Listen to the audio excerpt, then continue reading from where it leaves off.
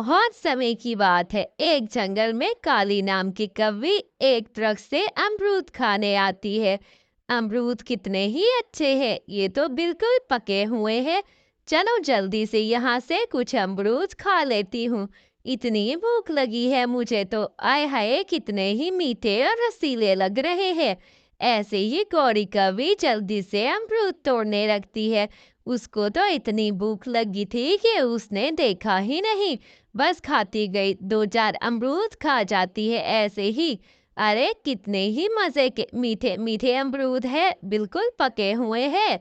न जाने कब से ये दरख्त इधर खड़ा है, चलो रोज आया करूंगी। ऐसे ही खा के चली जाती है, अपने घर की तरफ जाती है। जब घर जाती है तो कालू तो वहीं पे ही सोया हुआ था।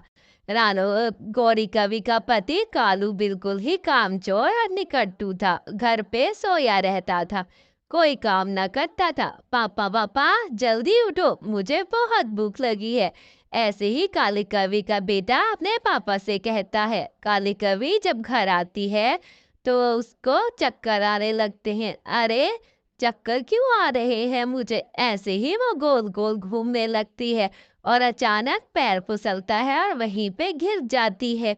घोंसले पे दिमाग लगता है और वहीं पे उसकी मृत्यु हो जाती है।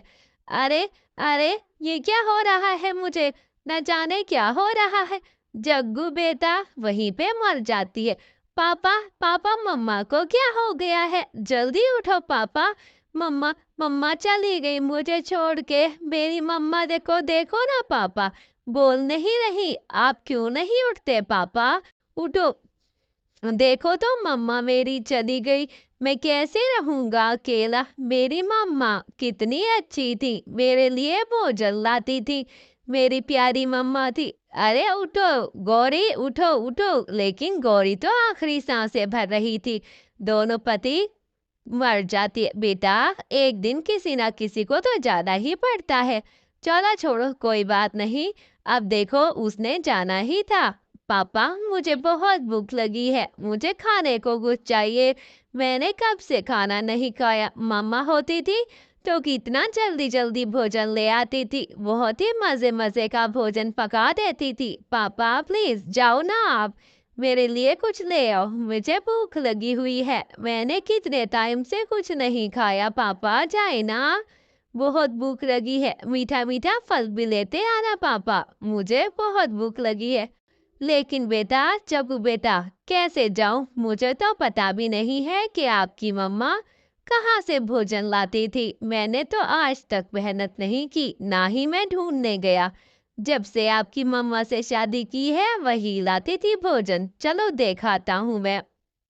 ऐसे ही कालू कौवा टोना चिड़िया के घर जाता है। टोना चिड़िया के दरवाजे को खटखटाता है। टोना दरवाजा खोलो। टोना बहन जल्दी खोलो दरवाजा। टोना दरवाजे पे खटखट की आवाज सुन करके दरवाजे को खोल लेती है। अरे हाँ हाँ कालू, खोल रही हूँ। अरे बताओ।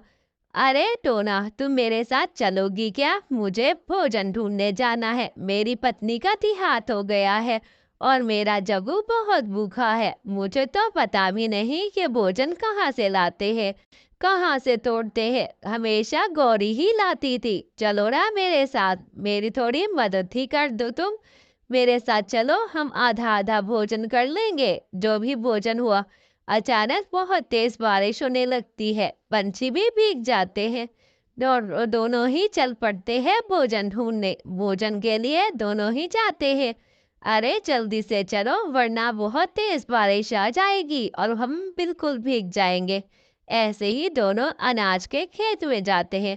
कालू भैया, बारिश बहुत तेज है, मेरे घर की छत टपकती है। मैं एक केले का पत्ता लेने जा रही हूँ, आप यहाँ से भोजन लो, हम आधा आधा कर लेंगे। ऐसे में टोना चिड़िया चली जाती है और वहां पर अपनी तरफ वो केले का पत्ता लेने जाती है। अरे जल्दी से केले का पत्ता ले आती हूँ, बहुत ही ठंड पड़ रही है और मेरी छत भी खराब है।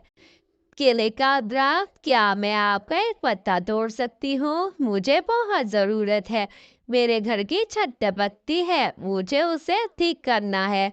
केले का दरख्त कहते हैं हाँ हाँ। ऐसे ही टोना चिड़िया घर ले आती है। टोना चिड़िया के छोटी बेटी गुड़िया अपनी मम्मा से कहती है, मम्मा, मेरी प्यारी मम्मा, आप भोजन नहीं लाई मेरे लिए। ऐसे ही टोना फिर कालू के घर जाती है उससे अपना आधा भोजन लेने। कालू भैया, दरवाजा खोलो, मुझे मेरे हिस्से का भोजन तो दे दो। मेरी गुड़िया को बहुत भूख लगी हुई है, कब से रो रही है। लेकिन कालू की आवाज आती, नहीं नहीं, मेरे पास नहीं है, जाओ जाओ यहाँ से। लेकिन अंदर सोया चुप करके अपना भोजन खुद और अपने बेटे जग्गू को खिलाता है। ऐसे ही सारा दिन पड़ा रहता रहे, ना किसी से बात करता है ना कोई काम करता है।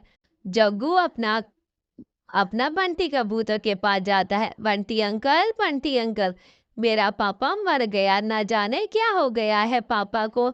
अचानक सोए थे कि अभी तक उठे ही नहीं। मुझे क्या भूख लगी है, मैं कहाँ जाऊं, मेरा कोई भी नहीं है। पहले मेरी मम्मा मर गई, फिर मेरा पापा ही मर गया, मैं कहाँ जाऊं। इस भरे जंगल में कोई नहीं, लेकिन बंटी उसे भगा देता है।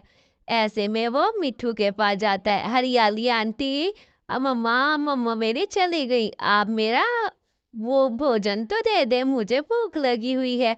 मगर हरियाली भी उसकी कोई बात नहीं सुनती। जाओ जाओ यहाँ से, तुम्हारा बाप तो हमेशा लड़ता है।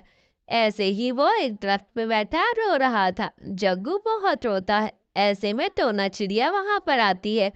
जग्गू बेटा, तुम मत रो, क्या हुआ। मुझे पता चला तुम्हारी माँ चली गई और तुम्हारा पापा भी चला गया। कोई बात नहीं बेटा, तुम मेरे साथ आराम से रह सकते हो, मेरे घर में बहुत जगह है। चलो ना जग्गू बेटा, मैं आपको अच्छा अच्छा भोजन देती हूँ। ऐसे में वो घर ले जाता है। अरे देखो तो जरा, वो टोना बहन, मैं मरा नहीं हूँ, मुझे बहुत बुखार है। मेरा बेटा तो डर ही गया, लेकिन किसी ने इसकी मदद ना की। आप आई और आपने मुझे दवाई लेकर दी, मुझे माफ कर दे।